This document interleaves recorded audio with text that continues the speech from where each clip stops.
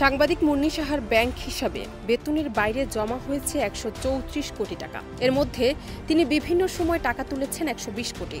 তবে মুন্নি সাহার স্বামী দাবি করছেন এই ব্যাংক অ্যাকাউন্ট তার নামে, এর নমি মুন্নি সাহা। মুন্নি সাহার এর সঙ্গে কোনো সংশ্লিষ্টতা নেই বলেও জানান তিনি।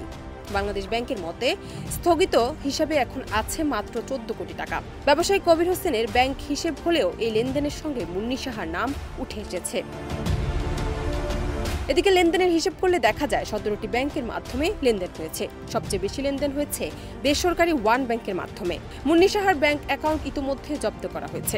বাংলাদেশ ব্যাংকের অনুসন্ধানে উঠে এসেছে ওয়ান ব্যাংকের কারওয়ান বাজার শাখায় মুন্নি সাহার স্বামী কবির হোসেন তাপসের মালিকানাধীন এমএস প্রমোশনের নামে ২০১৭ সালের ২ মে একটি হিসাব খোলা হয়, যেখানে নমিনি হিসেবে নাম রয়েছে মুন্নি সাহার।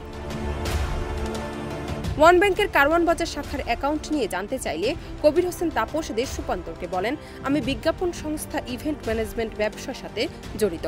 মূলত আমার ব্যবসায়িক কাজেই এই অ্যাকাউন্টে অর্থ লেনদেন হয়েছে। এগুলোর সঙ্গে মুন্নি সাহার কোনো সংশ্লিষ্টতা নেই।